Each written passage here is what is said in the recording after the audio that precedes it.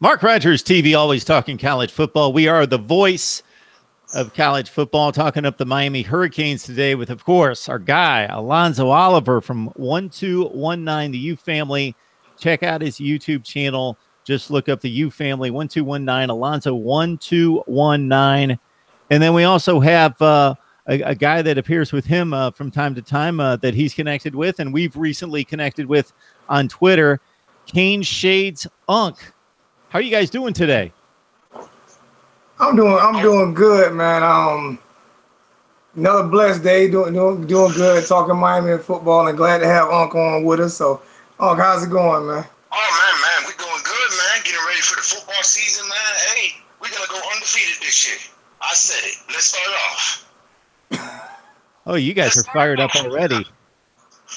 So we got about 3 months to go, a little bit more than that, before you guys are going to be looking square at LSU. Yeah, that's going to be. Oh, go ahead, Unc. Go ahead. Oh yeah, no, man. The day after Labor Day. Oh man, we're gonna blow them out. Blow them out.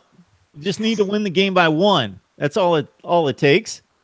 Unc is optimistic. He's very optimistic. You gotta look at it. You gotta check his videos out, man. This is what made me start doing videos, because I needed somebody. Oh man, we're gonna play on a Sunday where the big boys play. We're gonna play on the Sunday where the big boys play, man. LSU ain't ready for us, man. They ain't ready. All right, you guys are gonna have a new quarterback to deal with on the other side, with LSU picking up Joe Burrow from Ohio State. He has absolutely no track record. I think we're all assuming, of us that cover college football, and I've talked to a few LSU people, the assumption is that he's already won the job. But that's not necessarily the case. He still has to show up at camp and win the job, and he doesn't have any real experience. So some LSU people are a little bit more confident about their chances now that they've signed a quarterback who might finally do something. Well, like you said, a quarterback who's unproven, a quarterback who hasn't shown anything. So you're confident in an offense that was worse than ours last year with a new quarterback. I mean, hey, I'm more than happy that you're confident. I'm confident in y'all too to throw a quarterback that's unproven out there. So if the fan base is happy about that, I'm happy for them. I'm just hoping that they're confident. Now they're gonna start a redshirt freshman or a true freshman? I think he's a transfer. He's a transfer? Okay. Well, who did he play for? Transferred from Ohio State, but didn't play there. Yeah, he didn't. He never played. So he's gonna play. So this quarterback that's transferring from Ohio State that never played is going to play us the season opener on Sunday on Labor Day. Oh yeah. Oh man. Well, regardless of who you face, whether he wins the job or not, you're facing an unproven, inexperienced quarterback. They don't have any experience at quarterback. Their kid got drafted to the NFL, Danny Etling, and so we were all expecting Miles Brennan to win the job. There was still a quarterback battle. It wasn't settled, but Miles Brennan was supposed to be the guy. And then Joe Burrow decided that he didn't necessarily think he had a good shot at winning the Ohio State job, so he just transferred about 2 weeks ago. And that's probably the quarterback you're going to face. But I think there's still something to be decided for LSU, so they don't even know.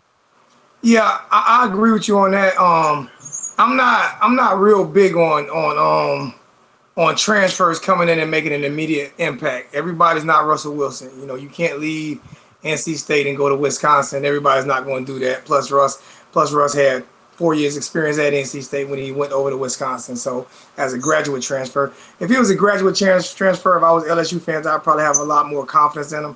But with him being basically no experience transfer, who probably like a freshman, and then you have to learn a whole new offense and everything. I wouldn't be as confident as LSU fans are. But hey, we have our own quarterback drama. Well, those LSU fans, they're just trying to latch on to something positive at quarterback. Yeah. I think we have something positive at quarterback. It's all about up to Mark Richt to feel the same as I feel. But at LSU, I mean, hey, they survive on their defense. Their offense hasn't been known for the last, 5 or 6 years to put up any points. So I guess any glimmer of hope is what they're wishing for. But you're going against one of the top defenses in the nation. and one of the most explosive defenses in the nation, who's definitely going to come at you and challenge you. So hopefully he's ready. Hopefully he's ready, man. Mark Rogers TV talking Miami football. We've got Alonzo 1219 on the line. One of our very, very best, one of our most fun and insightful and energetic contributors here at Mark Rogers TV. But we invite you to go over to Alonzo's channel, Alonzo 1219, and subscribe to his YouTube channel right there for the very best in Miami football talk. We also have Kane Shade Unk on the line. We connected recently on Twitter thanks to Alonzo, and he's going to provide his entertaining perspective on what's going on here. Want to invite you also to subscribe here if you're coming across Mark Rogers TV for the first time or you have yet to subscribe, and we will get to the live chat, and the comments and the questions are lining up already. But before I do, you guys jumped on here and you guys were immediately excited about the next season, excited about 2018, and so you lost a little bit of talent, but not a whole lot of talent from that 2017 squad. Yeah, a couple key players here and there, RJ McIntosh in particular, and a few guys. But that stellar linebacking core is back. Alonzo with a little of a smirk mentioned the quarterback coming back. All your playmakers, for the most part, back on offense. You lose a little bit, but Amon Richards hopefully can stay in the field for the entire season. Lorenzo Lingard, it's going to be interesting to see what he can contribute. So we can go on and on with the talent on both sides of the ball, but let's start with the quarterback situation. It sounds like Mark Richt is going to stay with Malik Rozier. That's kind of what it sounds like is in the process of happening. I'm gonna let Unc discuss. I'm happy with that. I'm happy with that. I think Rozier is the Gino Toretta of his legs. That's what we need right now. You know how Gino Toretta, back in that 91, just throw the ball crazy, and then you had, receivers there. What was I gonna say? Rozier is the Gino Toretta, man. I'm just saying, we have a manageable quarterback, and he's ready. My bad about that, Rogers. And see, me on the other hand, I'm gonna go a different direction. I feel like we've had Rozier, and Rozier's had every opportunity in the world to succeed, and he hasn't. I just feel like, especially in big game situations, down the stretch, he just doesn't seem as if he can hit a target, when they're open, or hit a target and make them be able to run after the catch. I just feel like his accuracy, I feel like he's smart enough. I just don't know if he's accurate enough in order to make the program win. And the one thing that I am afraid of is the locker room element part of it, that if someone is better than someone else and you play that person because you like them more, how does that make the locker room feel? How does it make? Yeah, but Rozier is surrounded by the right pieces. Like he's surrounded by the right pieces. He was surrounded by him last year, and he just couldn't. I mean, I just look at games. He got 10 games in a row. I'm like, what? 10 games in a row? Did he win 10 games, or did the team win 10 games? But he's surrounded by the right pieces. We just need a game manager quarterback. Just like how I'm comparing Rozier to Toretta. Toretta was okay, but he had the right pieces for his arm. That's what I meant to say. I'm not disagreeing with you. Like, Toretta was an okay quarterback, but he was surrounded by the right pieces. That's why I'm comparing Rozier. I don't think he has the talent. Just me personally. But this is what we do. This is why I love him. Because we will agree on certain topics and disagree on topics. And that's what people have to realize when you're a fan of a team or a program. You're not going to always agree on the same thing, and I guarantee it goes on in the court, and it goes on in the coaches' room and everything. Rozier should finish what he started. I mean, okay, Perry, give Perry another year, under backup, and then let Rozier finish out his senior year. I think. Let me try to interpret something you just said and give you my take on it. When you talk about a really, truly good game manager of a quarterback, and if you use that term to the nth degree, we're actually talking about a pretty good player. I know it has a negative connotation, but we're talking about a guy that can't make special plays. We're talking about a guy that's not Michael Vick, either with his legs or his arm. He can't make Drew Brees plays with his arm, and Michael Vick plays with his legs. He's not in. He can make it with his legs, though. Now Rozier can now. Yes, he can. Yes, he can. But you called him a game manager. When I think of game manager, a good game manager, not a liability, I'm talking about a good game manager. Actually, LSU just lost a guy like that, and he got drafted into the NFL, and people didn't expect him to be drafted. But the reason he was drafted was he has probably an average NFL arm, and he's got decent mobility, and he's not going to lose the game. Rozier might have lost you one for sure, and maybe a second one. Well, the Pitt game, yeah, I'll give you Pitt and Wisconsin as losses. Clemson, you couldn't do much about.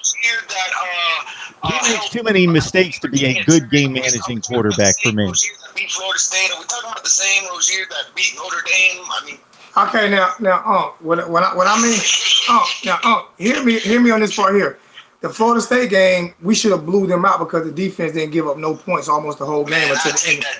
I'll take it too, but I feel like the offense. I feel like the offense was inept because of him. I feel like we could have won more games and put more points up, and we won in spite of him, not because of him. That's just my opinion. I feel like we won in spite of him, not because of him. I mean, we got 11 straight wins, and people talk about how bad the offensive line was. So I mean, 10 straight wins, and they talk about how bad the offensive line was. So in that point, the offensive line was good enough to get us that. You know, I just feel like we won it. I feel like we won in spite of him, not because of him. And that's just my opinion on it. But he was pretty marginal to be kind against Florida State. First year starting now. I just watched him throw the ball in the dirt a lot. And this is the debate that Hurricane fans have. We don't, like I said, the quarterback situation in Miami is probably the hottest it's been in a long time, man. All right, guys. Quarterback and play calling. Why don't I take you guys through the chat? Now check this out, Rogers. True or false? Did Mark Richt play quarterback in college football? True or false? He was a quarterback on the roster for Miami.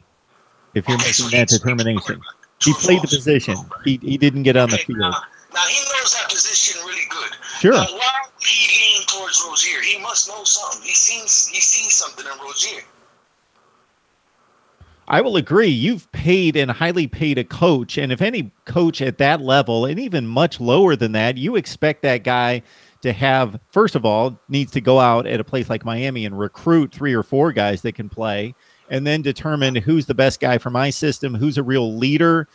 You know, basically, if you're in Miami, you should have about 3 guys that actually have talent, but you're determining then who's the guy that's not going to make mistakes, who's the guy that maybe is a special talent, and who's the guy that's going to be a leader. So we got Alonzo1219 on the line talking Miami football, along with Canes Shades Unk. And we appreciate these guys jumping on Mark Rogers TV, the voice of college football. I'd like to take you guys through the chat, and you guys jump on whatever comments hit you, okay? So right out of the gate, you're going to get hit with this one. Dylan says, because I titled the conversation, the video, Miami Hurricanes Update, just a generic title there. He says, well, what's the update? LSU found a real quarterback, and you have to add a loss to Miami's season. Who said that? That's an LSU fan? It was a fill-in. A fill-in. I don't know where he's coming in from. Hey, Mr. Fill-in. With Miami offense being bad last year, we put up way more points than LSU. And LSU hadn't had any sanctions against them. They haven't had any problems against them. Their offense is just garbage. And they went and found a transfer quarterback who's never played before, who's probably, I'm not going to say he's garbage, but I mean, I didn't see him as a hot topic going into the offseason and everything. And also, I'd rather take the quarterback that played in the Orange Bowl or took his team to the Orange Bowl than the quarterback that's never really did nothing. Never played a snap in college football. Senior year and whatever, I don't know what about this kid. He was a solid third stringer at Ohio State. As a solid third, he wasn't even second string. And LSU is clapping for that. Congratulations, LSU. I appreciate you clapping for that. Now you can finish 8th in the SEC West. So guys, if you follow my channel here, Dondre is a big Clemson fan, so you're always going to get a dig from the Clemson guys. So I'm just passing it along here. I'm not worried about it. Guys might go into as long as you don't play Clemson. I'm not even gonna argue with Clemson right now because I have no arguments. They've beaten us twice pretty handily the last 2 times they played us. So sometimes my mother always says sometimes when you when you take an L, just take the L and come whenever you win. Talk. So I'm gonna leave Clemson alone. Well, see, I cope with the L. I dealt with the L. Now it's a new season. We're gonna see them back in the ACC championship game, and we're gonna fucking whip them. I can't curse. I'm sorry. We gonna show them that they some pussy ass Tigers. All right, so we got NCIS Fanatic 21 here. I did a video. I did a Clemson video that went viral over there, so I get excited with them. You're feeling good about taking on Clemson this year? Yes. Okay. In the ACC championship. So what do you have anything to base that on? Is anything improved on the Miami side or declined on the Clemson side to erase 38-3? We're gonna see. Well, let's see how the season. See, I'm never going into the season saying I'm gonna lose a game. I'm not that type of fan. I'm gonna say we're gonna win all the games. Now let's see. Let's see how the season goes, and then you get back at me a week before we play them in the ACC championship. Okay. I appreciate the optimism. When you're a fan, I have no issue with somebody saying listen now, Mark. My radio show is Cane Shades. I gotta have my Cane Shades on. What is the definition of fan? I mean, it's short for fanatic, right? You have to have fans that's always optimistic and always, because actually he's the type of fan that's in the stands whether we're winning or losing, you know, and that's what attracted me to his station, is that no matter what, when they were winning or losing, he was in the stands all the time. You know, so that game where Golden got fired, where we got blown out 50, whatever. I wasn't gonna say that. I was there. I was there in the rain. I did not leave that game. What happened to the tie? What happened to the? Now remember that tie I was rocking now, Alonzo. Remember that? That's what I was saying. I don't know if you remember, but if you can go back to the Al Golden press conference when he got the last game of the season, when his tie was no longer on his neck. Who had the tie on? Nancy had the tie. I'm just saying, it's a coincidence. It's a coincidence that the tie was missing, and then the tie was getting burned. So I'm just saying, it was a coincidence that, you know, the same looking tie, you know. What is an Izod tie? That's what it said. I don't know if it's the same tie. But yeah, man, that's beautiful. He's there at every game, no matter what, win, lose, or draws. He's definitely a fan of the University of Miami, and he does a lot for the community and the kids as well. Yeah. After the show, I'm gonna tell everyone to go check out my website, gateshadesmedia.com, and we follow recruiting there. I got a couple inside high school reporters that do recruiting. So I don't necessarily know that this is an accurate statement, but I'm going to mention it anyway. Navy Thomas on the chat line says, just remember that Richt has never recruited a decent quarterback. Time will show you, Miami fans. He can't say he's never recruited a decent one, because there's one in the NFL right now that plays for the Detroit Lions. Not bad. He throws for about 5,000 yards a year. So, I mean, you can't say he's never recruited a decent quarterback. That's a blank, blind, stupid statement, if you don't mind me saying that. That lets you know how sometimes your fandism can get you into dumb comments. And Aaron Murray was a really good college quarterback. Hasn't worked out for him in the NFL, but he was also a top recruited. He was a top rated college quarterback as well. And not just that, the quarterback that's in Georgia right now, he was recruited by Mark Richt and ended up staying at Georgia, even though he came to Miami to visit, but he ended up staying at Georgia. But he was recruited by Mark Richt. So let's not say he hasn't recruited a decent quarterback, because that would be a false statement. That would be a very false and accurate statement. We got some folks on here, guys, that are concerned about depth at defensive line. Feel that you lost a lot up front. We lose a lot every year. You're gonna lose every college team, especially when you're good as Miami in the trenches. You're gonna lose players every year, but you have to see what's behind before you get concerned about the talent. I think a lot of people look at stars more than they look at anything. So when you decide to constantly look at stars and think that that's all that matters, sometimes you would be concerned with depth. I'm not concerned with depth. I've seen the energy of those guys. I was at the spring game. The defensive line is one of the last of my concerns right now. What do you think? Oh, okay. I mean, we got what, Ford's gonna be a sophomore? Yeah. Okay, we got Ford coming back. We're gonna be all right. We still got Gerald Willis there. I think we're pretty loaded at defensive line. I'm not concerned about defensive line at all. Plus, it's all about your coaching scheme too, and we have a great defensive coordinator. We have a great defensive coordinator who will make great adjustments, in my opinion. So I'm not concerned about defensive line at all. You guys happy with your coach? Got a few people on the line that say you're going to be looking for a new head coach in 2 years, if not after this season. Nah. I disagree. They gotta be a Georgia fan. They gotta be a Georgia fan. I disagree with that. Am I happy with everything that Coach Richt is doing? No, I'm not. But am I happy with my coach? I'm most definitely happy with my coach. The only thing very happy with my coach. I think the only thing that frustrates me sometimes is the play calling from the sideline. It's just very hard to do. And most college coaches who do it struggle while doing it. I just think that you need to be in a booth in order to call plays accurately in order to see the whole field. But besides that, no, I'm very happy with my coach. He still got a son in the booth all along.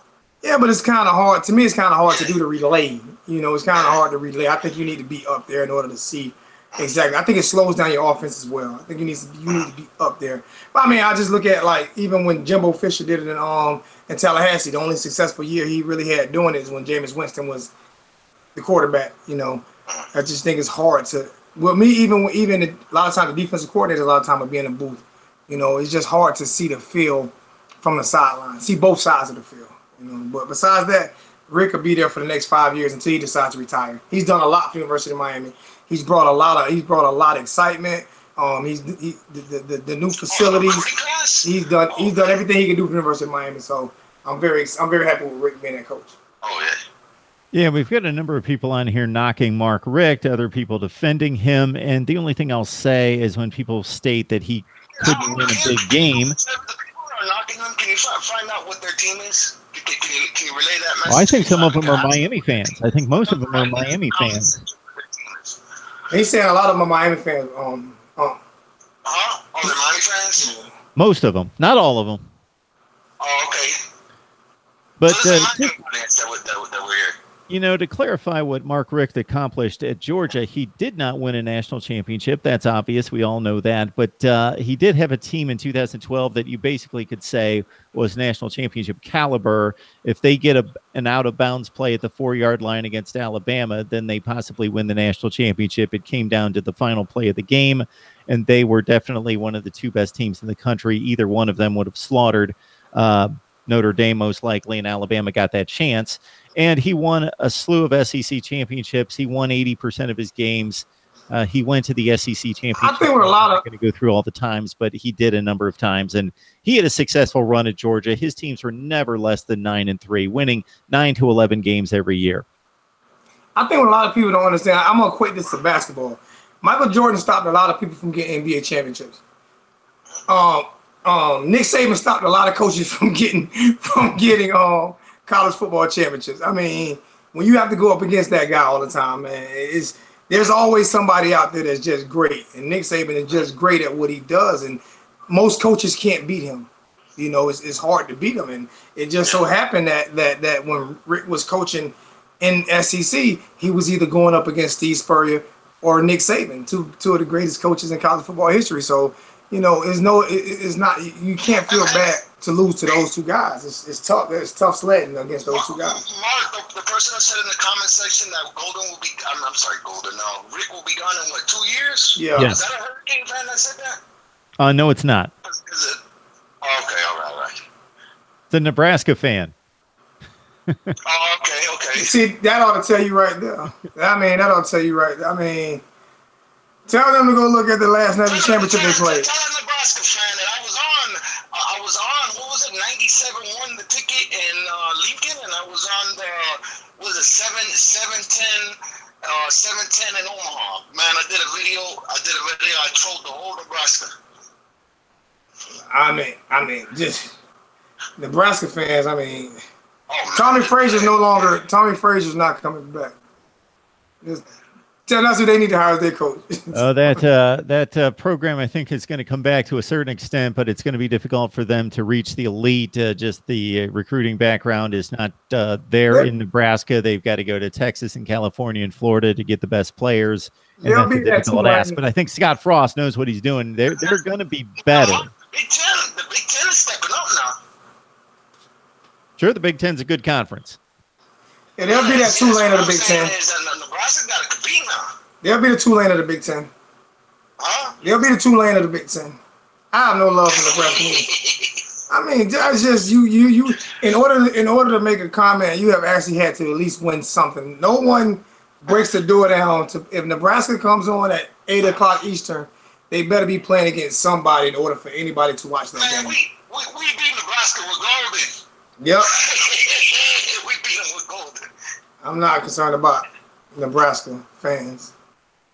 All right, talking Miami football here at Mark Rogers TV, the voice of college football. We've got Alonzo1219 on the line. Always love the conversation with Alonzo. And we also have Kane Shades Unk connected with him on Twitter. Thanks to Alonzo, and they both bring a fresh perspective on Miami football. So we invite you in particular, because Alonzo is constantly supporting me, and he does an amazing job. And what makes this fun as well is we don't have like YouTube channels. So I do my thing. I do it a certain way. Alonzo, you get a breath of fresh air. You get a different perspective. You get the Miami take for sure. And you go to Alonzo's channel at Alonzo1219, the U family, and please subscribe to him right there.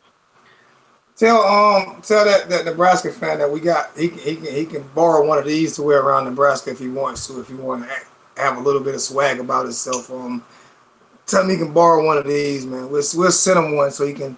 What you showing him? The hurricane chain. My hurricane chain that Michelle made me. Tell him so he can feel have a feeling of what a winter feels like, on his neck. Nebraska. Wow. I don't even know who I give less respect to, Nebraska or Notre Dame. Which one I give Nebraska fans can't even talk right now. They can't talk right now.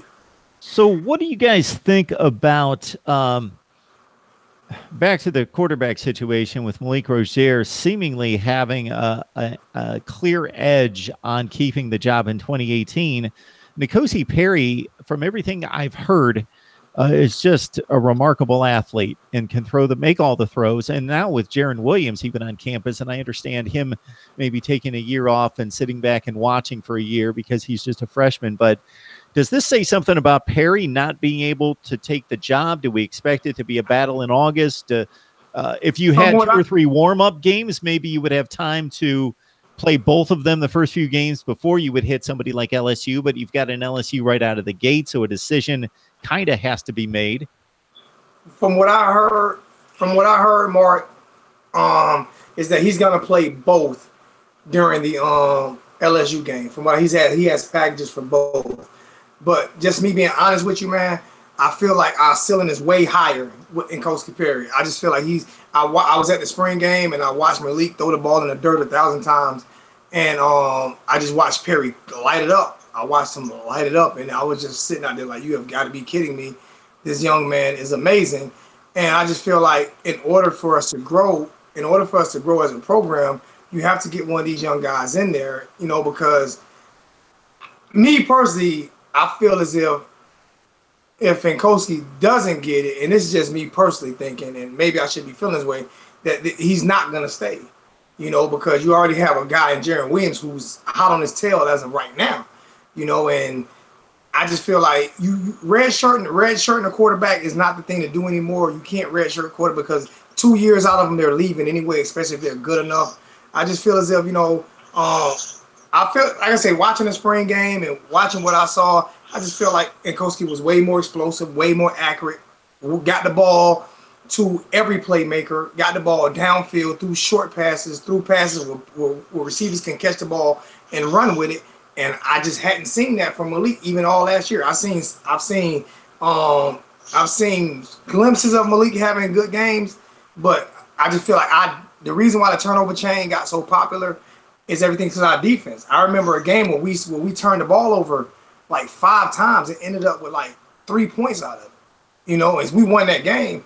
But when you get 5 turnovers and you only get 3 points out of it, how do you do that? Especially when 3 of the times was on the other side of the 50, where you could have to go 45 yards to get 20 yards to get 3 points. We only got 3 points out of 5 turnovers. Those things are just, it's like, how do we, those are the things that I see. I just don't feel like Malik is the guy. Now, on the other hand, I do. I like the experience. I'd rather go, Rozier got a year in. But when he took it, to help take the team to the Orange Bowl, let him go now. One more year. I understand what you're saying, but what I'm looking at is, like I say, when we we were last in points off of turnovers in college football this year, but we were first in turnovers. We were last in points off of turnovers, but we were first in turnovers. How do you be last in points off of turnovers, but first in turnovers? Those are the things that I look at. I look at how many wide open wide receivers he missed, even in the spring game. I forgot who that was. It might have been Langham. Got wide open with not a DB within 10 yards of him. He overthrew him. And it was only like a 15-yard pass. And it's just those things I've seen all last year. And it was just, I don't have any hair on top of my head now. So you're seeing something that Rick's not seeing there, huh? I believe it's something. I believe that Rick is. I don't know if Rick is going with Rozier. What do you think it is? I don't know if Rick is going with Rozier, or I don't know if he's favoring Rozier. I know at the end of the Clemson game last year, Rozier kind of blamed other players, and I felt like that wasn't a leadership move as well. I don't know what. What do you blame? I mean, he didn't blame single out players, but it was just like, he was saying these players could have did better, they could have did that better, and I'm like, you could have did a lot better. And I'm type person. I didn't catch that. I did. It was on an interview. It was on one of the last interviews of the season. Yeah. Okay. And I'm the type of person that, as a leader, you put all of that on your shoulders. And then in the locker room you might do it, but out in public you put it all on your shoulders. And I'm not saying Malik's a bad guy. I'm just going by what my eye test and what I saw last year. I didn't see him put the team on his shoulders not one time last year and win a game for us. I didn't see it. I seen him make a few plays. Okay. Let's turn on the History Channel just for a little bit, okay? How would have did it if Kaya would have came back and seen you? You think he would have better results than Rozier? I felt like if Rick wouldn't have went to a read option offense compared to the spread that Kaya played in under Coley, I believe that Kaya would have had a better year the year that he left. I felt the read option destroyed Kaya's career.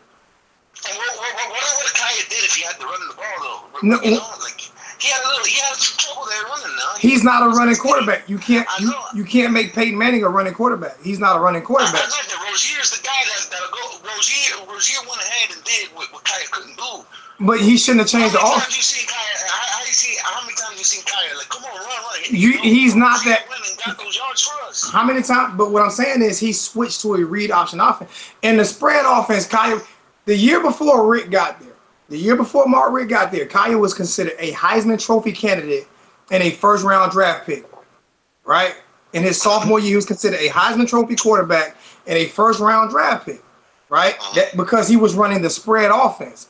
There was in a shotgun spread. He never ran the ball. He threw for over 500 yards against Tallahassee in Doak Campbell. You know what I'm saying? And he didn't have. That's not who he was. Then you put him into a read option offense, which is designed for running quarterbacks.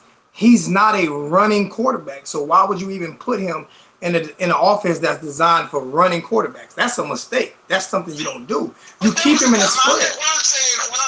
What I'm saying is just overall, man, he won't get that 1 yard that Rozier will make that 1 yard. Yeah, but he also won't throw the ball. What offense he's in? He won't throw the ball in the dirt neither. He doesn't throw the ball in the dirt neither. He's way more accurate.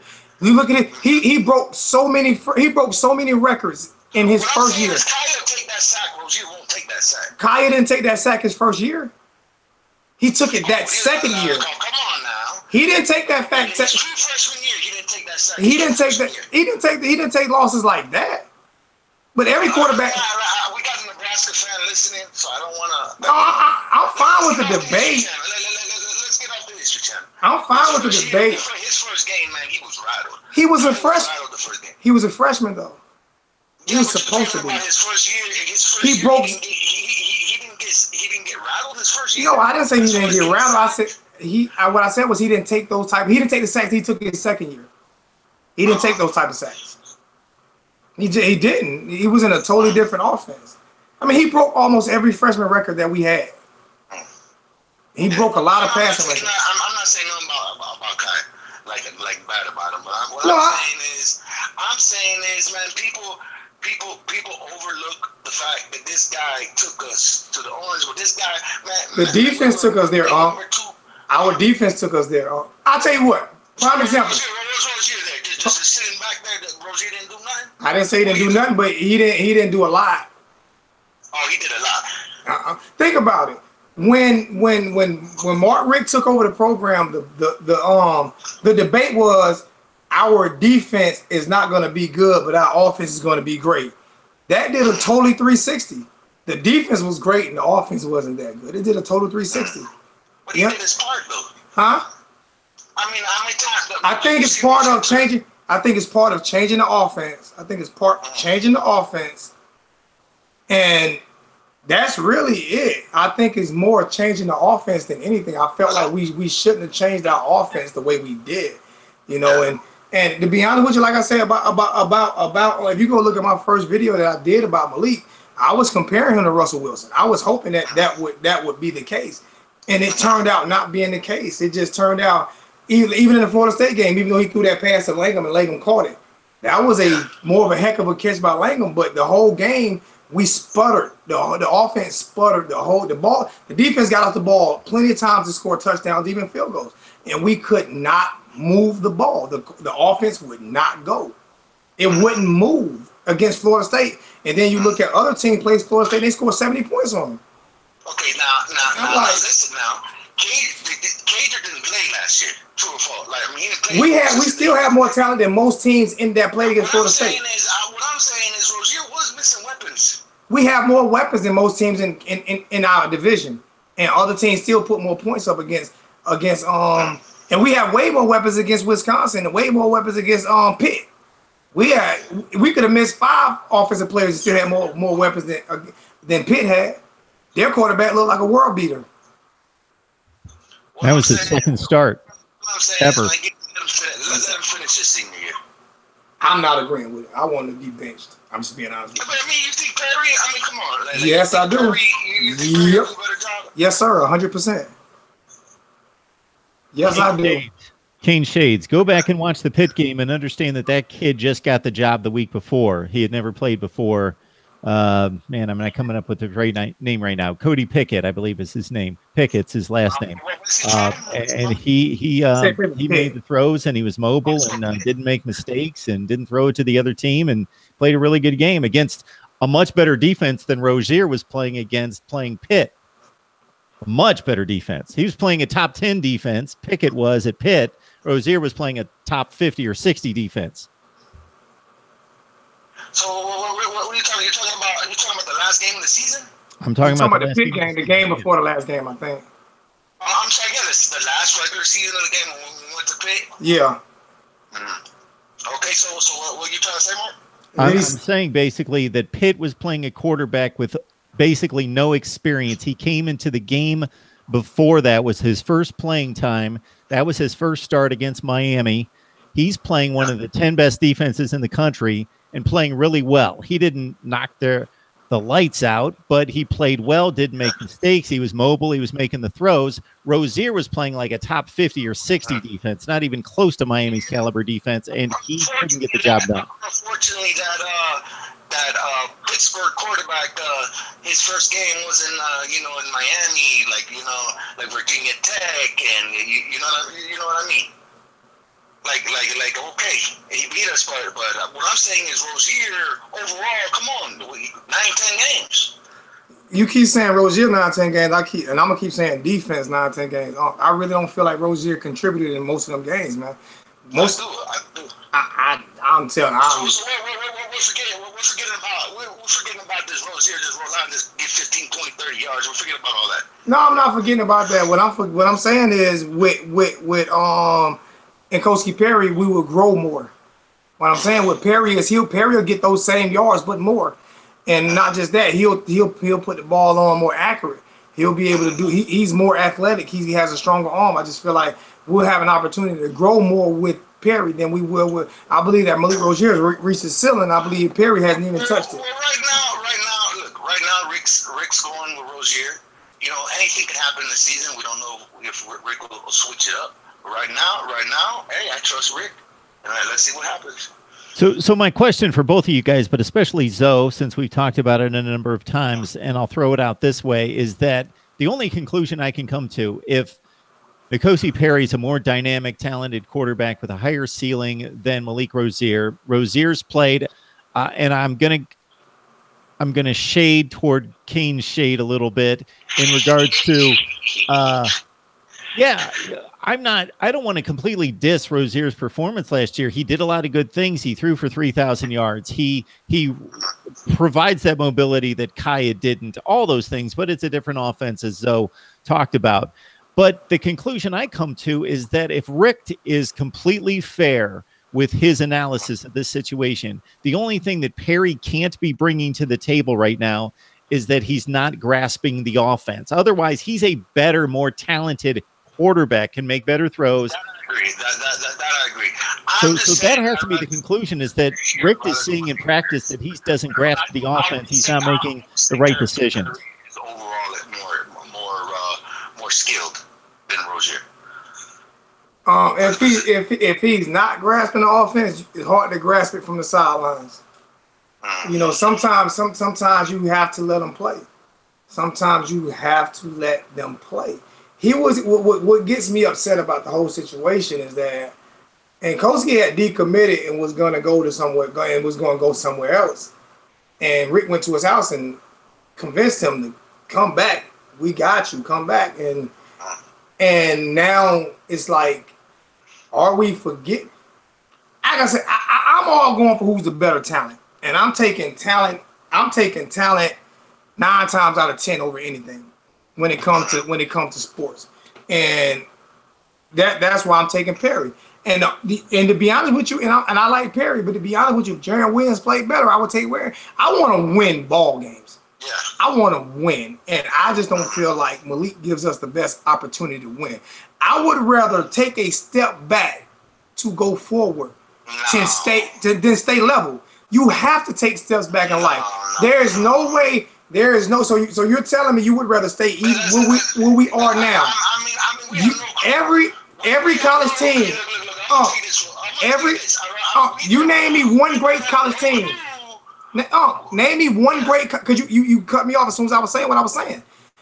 Name me one great college team that doesn't lose great players that take a step back by playing freshmen to take a step forward. You have to do that in college football. You have to do that. And we're not moving forward with Malik. We took steps back. What was our last two finishes? Against Pitt? Against Pitt, Wisconsin, and Pitt, Wisconsin, and Clemson. What was the last the scores that our offense put up? Yeah. Well, I'd rather not take that gamble because I'd rather go with the guy that I know than the guy I don't know. So you know that we scored 3 points against Clemson. Oh. You know, I smashed against Pitt, and you know we got smashed against Wisconsin on the offense side of the ball. I know we won 9. I don't know. Matter of fact, will we have not won those games with anybody quarterbacking? Let me finish now, Alonzo. I believe Rozier before the Pittsburgh game was 12-0, 11-0, or 12-0 as a starter, because he had that game the year before was that the miracle game or whatever. So you keep saying Rozier being 12-0 is not a team. Is it not a team? Because our defense was great. Our defense averaged like 5 turnovers a game for like 6 straight games. Any team should win when your defense is getting like 5 turnovers a game for 6 straight games. We broke a record doing that. Any team should win games when your defense is doing that. I mean, could you imagine back in the days when we had Ken Dorsey at quarterback and we would have had 5 turnovers a game and we would have gave Ken Dorsey the ball 5 extra possessions a game? But we did have about that. What I'm saying, they broke a record. We did have about No, this team broke a record doing it for how many straight games? Oh yeah. You see what I'm saying? So could you imagine giving Ken Dorsey? Well, I think Dorsey had a better defense now. Huh? I think Dorsey had a better defense than Rozier now. I'm not saying he did or didn't. I'm just saying record-wise, we scored. They had like 5 straight turnovers, 5 turnovers for 5-6 straight games, and we still didn't put points on the board. We didn't put. We were number 1 in turnovers and dead last in NCAA in points off of turnovers. That has to be put on the quarterback. It has to be. When you, I think Rozier is surrounded by the right talent, just like Gino. I'm not saying Gino Trotter was horrible. He was a Heisman quarterback. What I'm saying is, you got the right pieces around you. It's gonna make you better. It didn't make him better last year, though. Yes, it did. It did. 11 games straight. The defense won those games. So he's Joe Jerkoff out there just winning games. Like, the defense won those games. The defense won those games, in my opinion. Just like the Chicago Bears when they won the Super Bowl, the defense won that. The defense was what won that game for the McMahon had to do. McMahon did something. McMahon did a little bit. McMahon did a tiny little bit. McMahon did a little something. They gave the ball to the refrigerator. He gave the ball to the refrigerator and Walter Payton. That's what he did. He handed the ball off. Now, if he can hand the ball off good, I'm good. But see, now, listen what you just said. Mm-hmm. Now, listen what you said. Okay, but is McMahon a Super Bowl quarterback? He is. In the time. Okay. In the time. So you don't want Rozier to be a national championship champion? His defense to take him? You have to score points. You have to score points in order to win in football now. That's why Nick Saban changed his whole scheme, because defense just don't win no more. You have to be able to score points now. And that's the problem. We can't score points. And when you can't score points, you can't win. Your defense can't win you national championships no more. Just like in a Super Bowl, your defense just can't win you Super Bowls. You have to be able to score points. And when you can't score points, you're not going to win games. It's just a different game now. Well, we got Cager coming back. I mean, he's gonna. I love Cager. I'm saying, Richards was injured. You got Cager going on. There was a lot of. There was a lot of issues there. I mean, you can't just blame everything on Rozier. I can't blame everything on Rozier. I am. I'm sorry. I won't. You just can't put everything out on Rozier, man. I am. I'm putting everything on. So you're saying Rozier's the bad apple? Take the bad apple out. I'm saying Rozier is not. I'm saying Rozier is not accurate enough to be a championship quarterback. Mark Richt's pulling the golden. No, I'm saying he's not. Not Richt don't want to get rid of Rozier. Hey, I'm not saying that. I'm not saying. That's not what I'm saying. What I'm saying is, Rozier is not accurate enough to win a championship. And believe me, if he proves me wrong, I'll be the first person to say, "Hey, man, I was 1,000% wrong." We're gonna have to do a little bit here. We're gonna have to do something. What you want to do? We're gonna have to talk. We'll come back on this Mark Rogers show. We'll let them know what the bet is. But we're gonna have to come up with something. I'm good with that. I'm good. That's my brother. Come up with something with this one. What do you guys like about this Miami team so much? What players are you excited to see this year? Who really stands out? Who are you excited to see? And especially considering Kane Shades, I know you go to all the games. I don't know what if you eyed spring practice, but I know Zoe was down there and did a little post game after the spring game. Got to see maybe some younger players. So who are you guys excited about?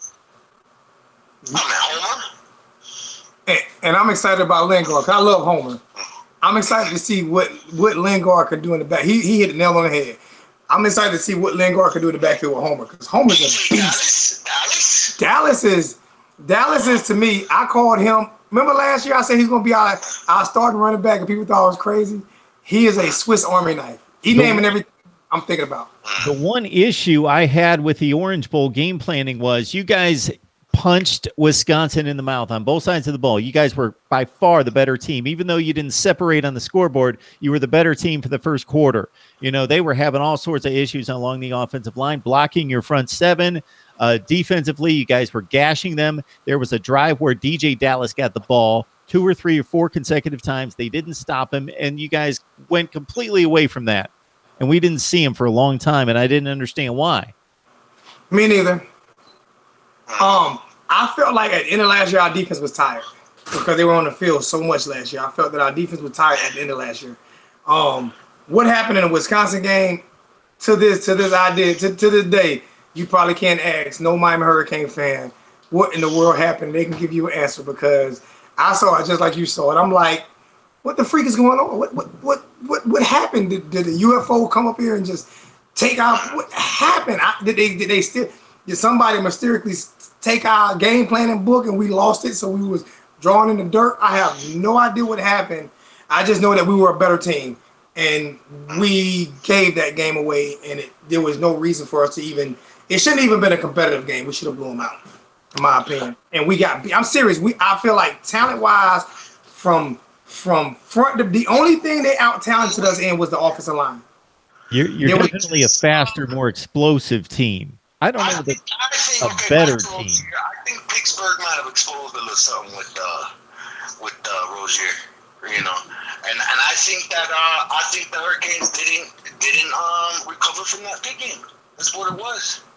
And I will give it to Wisconsin. Those big physical receivers, they outmanned us. They have big physical receivers. They weren't faster. I'm not gonna say they weren't stronger. They weren't faster and they weren't more athletic, but they outmanned us. When they threw the ball up, they came down with the ball. So they out physical us. Yeah, go ahead. I'm sorry. I just felt like they out physical our DBs, and that changed the whole game. When they realized okay, well. Yeah, no, I'm really saying, man, it's the Pittsburgh hangover. This happened to us in like years now with the Florida State hangover. We lose to Florida State, and after that, boom. You know what I'm saying? I just think, man, it was just never got to recover off of that Florida. And plus, I think that defenses figured out Rozier. You know, they made Rozier throw. And that's another thing. I feel like that's another thing that gets me upset about Rozier is I feel like the defensive backs. They play up on receivers, feeling that Rozier can't beat them deep, and they also play tight on receivers because they feel like Malik can't put the ball, even if they get a little separation, he can't put the ball where it needs to be with that little bit of separation. So they overplay the receivers a lot, you know, because they feel like he's not an accurate enough quarterback to make them pay for overplaying the receivers. So it's too much fighting. So well, let's go back to the defense real quick. Now, imagine this: we got Shaq Quarterman and we got Pickney coming back for their junior year. I think that's a scary. I mean, these are linebackers that were wilding out in their true freshman year. They're gonna come back bigger and they're gonna be dominant. They're gonna be dominant. Man, This defense is gonna be very, very, very scary. Very scary. This defense is gonna be very scary. And offense can be scary as well. We have a lot of talent. And what you said about Homer, I love Homer. That's why I didn't mention him. The reason why I mentioned Lingard is because when Homer punishes you, you have another running back that's gonna come in there and punish you. I'm excited about George. I'm excited about Willis George at fullback. I'm excited about how physical Miami offense may be this year with the speed and the talent that we have on the outside with those two freshman tight ends that's coming in.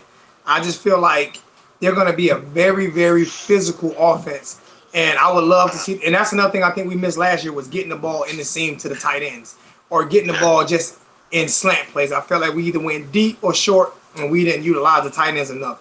I feel like this year we're going to do that. I'm very excited about the team this year. I feel like they're going to be a better team. I'm on the verge of undefeated. I'm not 100% sure about it. But I just feel like it's going to be a more physical, dominant team this year.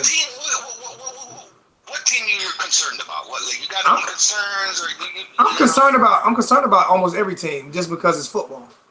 You know, just because it's football. So you're concerned about? Well, not the Division II team. I'm definitely concerned about Florida State because it's Florida State. You know, they can be 0-12 and lose 100 players, and we can be the same way. And it's gonna go to the end. You already know that. That's how we play each other. Okay, so what do you think the record? You know me. I'm gonna say undefeated. I don't know. What would you say the record is? And if we don't go undefeated, who's the team that we're gonna lose to? 11-1, 10-2. I think that we have. Who we lose to? I think we have a. I'm not gonna say we lose to.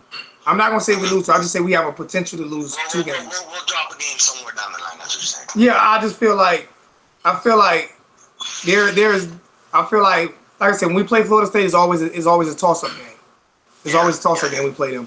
I just feel like I say, I have to see exactly what our quarterback play is this year in order for me to go. And we can definitely lose the first game of the season in LSU, because that's an LSU game. I don't care if it says in Houston, Texas.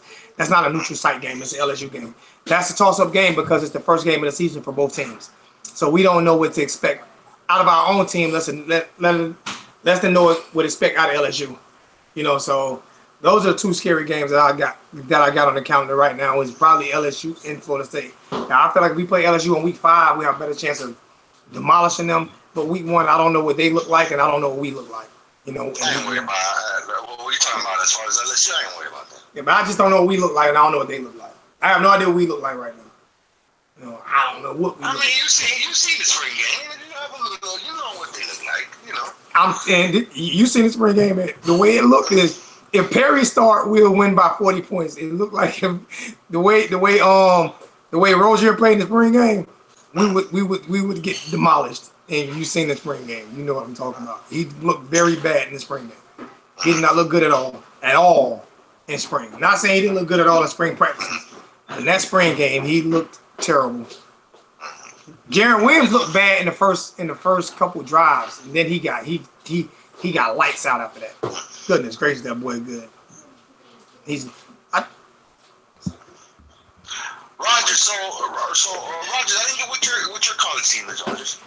My college team. So I'm an Ohio State fan, but here at Mark Rogers TV, we talk all of college football, and we bring on bloggers, broadcasters, writers from every team. I give you straight ahead analysis. My aim is kind of the opposite of yours. I'm not a banner carrier. I talk all the college football, and I try to hit it as straight, dead on, neutral, and analytical as possible. I even said Ohio State should not have made the playoff 2 years ago. Penn State should have made the playoff, not Ohio State, for example. Well, see, as far as me, with Kane Shades Media, I run a website that covers Miami Hurricane sports. See, me, I'm more of a, you know, I used to do a show along with Tell You the Kane Shades Radio where we interview maybe 85% of the swag 16 class, but my role was I'm more comic relief. I mean, you hit me up, so you know, I went ahead and did your show, but I could always find someone, an X and O's kind of guy, you know, the rep Kane Shades a little bit better than me. I'm just a hype man. I'm Flavor Flav over here. Good stuff. Love it. But see, I think he's downplaying. Rogers, go tell your audience to check out CaneShadesMedia.com. I know some Hurricane fans, but tell them to go check that out. I think Unc be a little too modest sometimes. He's he got me into doing this, and off behind the scenes, he's a manager behind the scenes. He'll let you know the way to talk and the way to present yourself and how the industry is, and he downplays. He understands. Rogers, you just hit up the comic guy. I could have got someone else. That's why I said I bring Alonzo on here. You know, I've done interviews before. Like I said, I was on Nebraska radio. See, what I did before I did Kane Shades Radio, I would do these hype videos where I take off my shirt and scream, run around with my Kane Shades. My videos will go viral. And then he would get 50,000. Let me tell Rogers real quick. I connected with my nephew and I connected with Bo. Bo was really the foundation of Kane Shades, the one that actually came up with the whole idea of interviewing recruits. See, when we were interviewing recruits in 2015, no one was really doing that. No one was giving free content as far as South Florida, as far as, you know, you had to go to these pay sites and stuff like that. And what we were doing is we were giving high school interviews right there. You go listen to us. And then, you know, the other website came out. That's a whole another story there. But we were first to do it besides Blue Stinger. So I need you to get on here once in a while and take off your shirt and scream and go crazy and give me about 100,000 views. What I need. I'll get you amped up. Don't you do it, Mark. He's gonna change the game for you. Be careful what you ask for now. You got me on whatever. I come back again now. He's gonna change the game for you. I'll take a game changer. I just got a gift. I'm the game manager at quarterback. I need a game changer. I just got a gift that just came in. So I'm gonna show it to you. I'm gonna send Unc a picture of it, but it just came in today. As I was talking, my daughter just handed it to me. The mailman just brought it. So for all the Hurricane fans out there in the world, this one just got here. You see that? Woo! Purdy. The Chucky U chain, the Chucky chain. Oh man! Just got it. It just came in. My daughter just brought. You can see the box. You see the UPS box. It just got here just now, and this is a nice. This is nice. I like this. Might get MarkRogersTV one to hang on the back of the wall, so when you do our interviews. Oh man, yeah! Every time you come on, need to change up the logo on the end of that thing, but that's a pretty chain. The chain's looking real nice. Yeah, she makes these for me, and she does an excellent job of making these for me. That's beautiful. With so many Miami fans on this chat all the time, I need to get you guys on here and get Zoe maybe throwing out some merchandise we can sell. That's how I'm going to make some money off this deal. Yeah. She does a great job of making these. She does it for every college football team. Though. She does it for every college team and every NFL team. So she does it great. Her name is Michelle. She does. I can't pronounce her last name. She's Italian and Spags. I can't pronounce her last name. I still don't know how to pronounce her last name. But she's on my Facebook about scheduling. Do you guys care who Miami schedules? No, I want us to schedule. I'm not afraid to play anybody in the country. I want us to schedule Alabama. So yeah, LSU this year. I'm not afraid of anybody in the country. So we got a shameless plug here. I dissect these schedules all the time, so I've got an ACC rundown on future schedules. I've looked at every schedule. I'm going to rank every schedule. I do it every year. What I'm looking at right here is obviously the big game this year is LSU. You guys got Florida next year in Orlando. I know you guys are chomping at the bit there to get after the Gators, or maybe they're chomping at the bit. That would. Florida is so afraid to do a home and home. They are so afraid to do a home and home. Hey, Rogers, can you do something first? Can you read off the schedule, and then you can ask Alonzo and you can ask me if we get that game or not? Okay, your reaction to each year's schedule. 2018 non-conference games. Let's forget the ACC because Miami can't control that.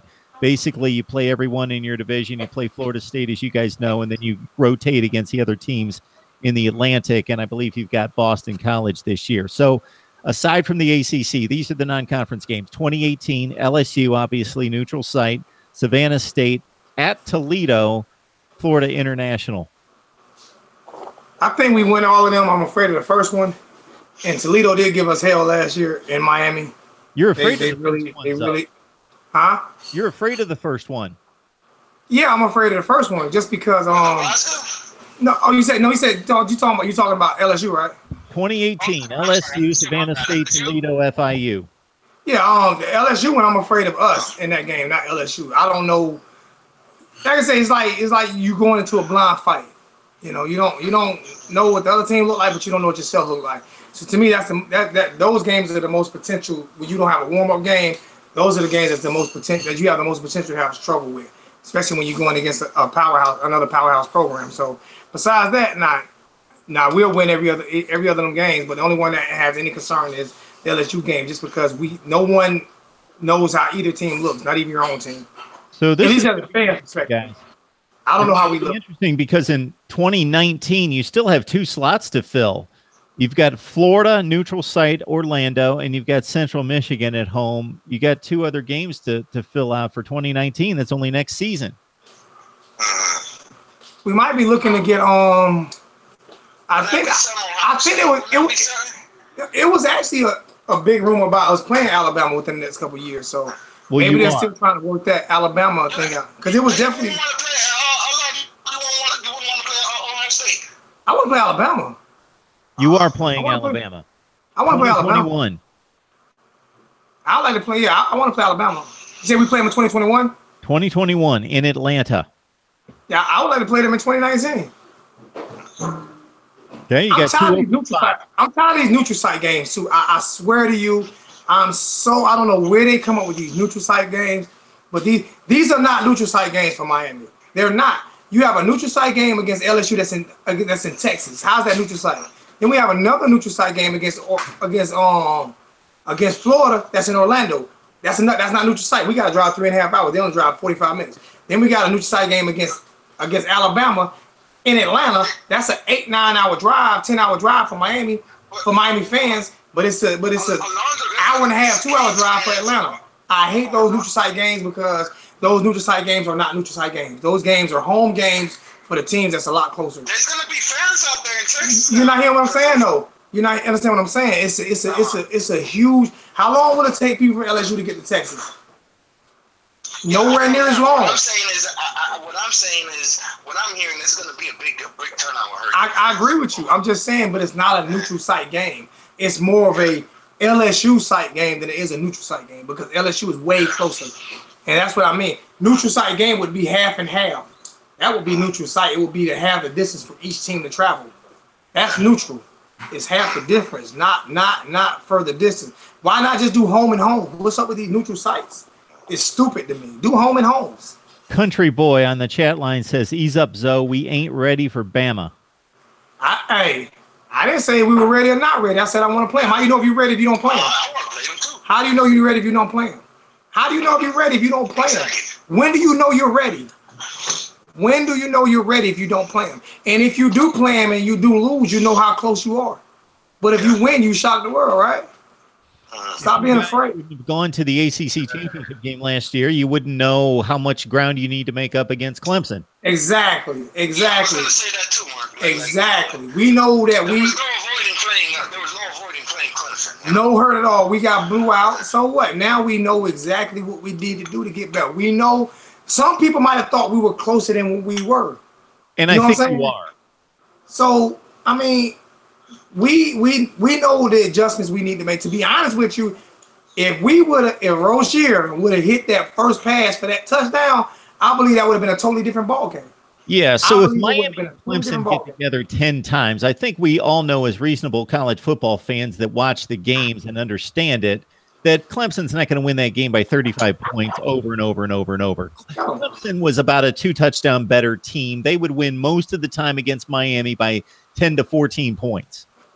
Exactly. But I really believe that first play of the game, when he had Jeff Thomas wide open down in the middle of the field, and he missed that play, I think that took the fight out of him. I think that took the fight out of the team. Brad Kyle would have hit that pass.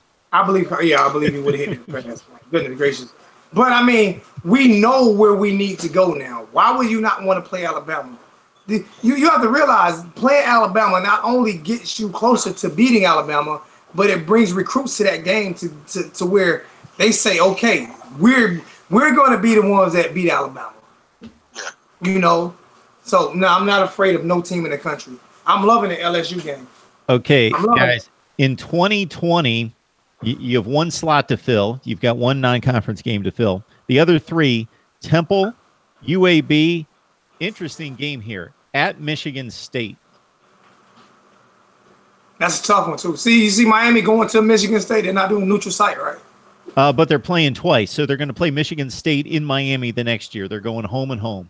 That's what I'm saying. You understand? That's fair. I love that. We could throw Ohio State in that one since we already playing one big team. We can throw Ohio State in there. Well, you're up. I'm serious. I would love to do a home with Ohio State in that same season to be able to play Ohio State and Michigan State. That would be beautiful to me because it'll be ACC against Big 12, Big 10, ACC against Big 10, and 2 home and homes. I would love that. I would love that. That would be smash mouth football. I think it'll get a lot of ratings as well. Okay, you guys, hear me out for a second here. I'm definitely not scared of no Big 10. I know Wisconsin got us, but definitely not scared though. Okay, you guys, hear me out for just a second here. I'm analyzing these schedules. I think Zoe's got a beat on what I do day to day, that I'm just going nuts with schedules and analytics and all this stuff. And when it comes to scheduling, I respect the teams that not only schedule one Power 5 because they've got 4 non-conference games and they're scheduling 3 cupcakes and 1 Power 5, but now we've got teams like, especially USC's always done this because they always play Notre Dame, and then they'll add on a Texas or somebody like that where they're playing 2 difficult games. Miami's doing this in 2021. I love this. Alabama, neutral site, Appalachian State, Michigan State, FIU. So in one season, Alabama, and Michigan State for Miami. That's a schedule. Wow. You know why we did that, though? That's the year we're going to win that championship again. If you guys drop one of those games and still look good, the College Football Playoff Committee will give you a break. They'll be like, okay, they scheduled hard and they played well. It's the spirit of competition. Mark, they would have gave us a break if we would have beat Pittsburgh, man. If we would have beat Pittsburgh, they would have somewhat, and we would have lost to Clemson. They might have put us in that playoff mix. What do you think about that, Alonzo? That Pittsburgh thing really messed us up, man. They hurt us bad. Yeah. That Pittsburgh loss hurt us bad. It really did. And it took. If we would have dropped, I don't know, losing to Clemson that bad, would have, I don't know. No, losing Clemson that bad wouldn't have got us in. But if it would have been a closer game, we would have lost by 7 points and beat Pitt, we would have been in the playoffs. We would have been in the playoffs. Yeah. People was already talking about that. People was already talking about if Miami wins out and lose or close to Clemson, they're probably more likely going to have a fast track to the playoffs. I'm going to have to cut this a little short, though, Mark. All right, guys. I have something to happen. Absolutely. Mark, hey, everybody who listens to this, man, appreciate my big brother coming on here, man, and showing out with me. Mark, hey, all the love in the world. I keep telling everybody, man, he pushing this to another level, y'all. He's an Ohio State fan, but like he said, he's not doing this for a team. He's pushing all of us. So anybody who's watching and paying attention to Mark, man, he's going to blow up, man. God got big things for him, man. He's helping us out a lot, man. So I definitely appreciate everything you do, Mark. Thank you, Zoe. KingShadesMedia.com. Let them know. KingShadesMedia.com. Y'all go and please go flood Unc Nasty YouTube channel. He said he's not gonna do it again. He's trying. He don't want to really get out there again. Go to King. Real quick. I didn't drop a video last year because I figured sometimes when I do the videos it jinx me, and we won like 10 or 11 because I didn't do a video. So I didn't do. So I don't know if I should do a video again this year. Go flood his channel. Go flood his channel. Whatever. Go flood. I don't want to hear that. Go flood his channel. We miss him. Go flood his channel. Now, y'all go check out the King Shades Radio Twitter page, and for recruiting news, go check out KingShadesMedia.com. All right, Mark, thanks for having me on. All right, guys, thank you so much. All right, it's always a pleasure. You have a great rest of your weekend. I always appreciate the kind words. You are always welcome. I appreciate you, Mark, man. Much love, man. Everybody on the chat, we got Florida State coming up at 4 o'clock with James Coleman from Gridiron Now. We will catch you guys later.